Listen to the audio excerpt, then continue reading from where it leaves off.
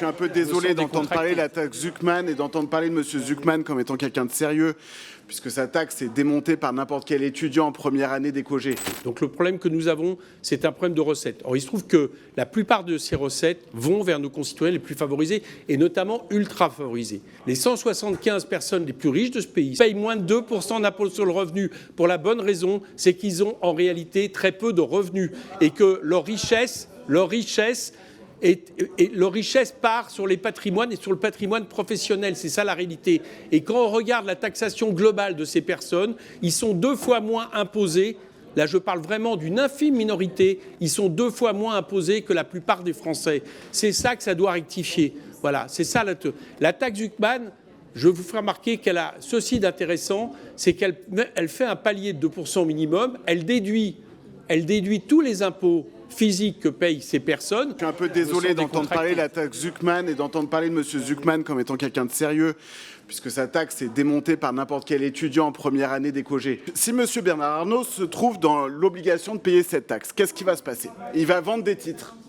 Or, qu'est-ce qui va se passer s'il vend des titres? La valeur de ces titres vont baisser, l'offre et la demande. Donc la valorisation d'LVMH va baisser. Et puis, Monsieur le Président, avec tout le respect que je vous dois, qu'est-ce qui fait la valeur de LVMH? C'est aussi Bernard Arnault. Voilà. Bien sûr que c'est les travailleurs, mais c'est aussi Bernard Arnault. Le débat sur la taxe Zuckman, en fait, c'est un débat qui appartient à une troisième dimension qui ne devrait même pas exister dans cette commission, tellement cette théorie est... Merci. Mais nul. Le patrimoine professionnel, pourquoi il est pris et pourquoi ça vous embête tant? Bien sûr, parce que ça fonctionne justement, parce que c'est là que les ultra-riches vont planquer leur fortune. Et vous le savez très bien, et c'est ça qui vous embête en vérité. C'est ça le problème. Donc cette taxe Zuckman, elle a été établie, elle a été modélisée par des universitaires, et j'aimerais bien avoir un peu plus de respect pour nos universitaires en France aujourd'hui. On peut exprimer un désaccord politique sans verser dans le dénigrement. Et moi, franchement, quand j'entends ce que dit M.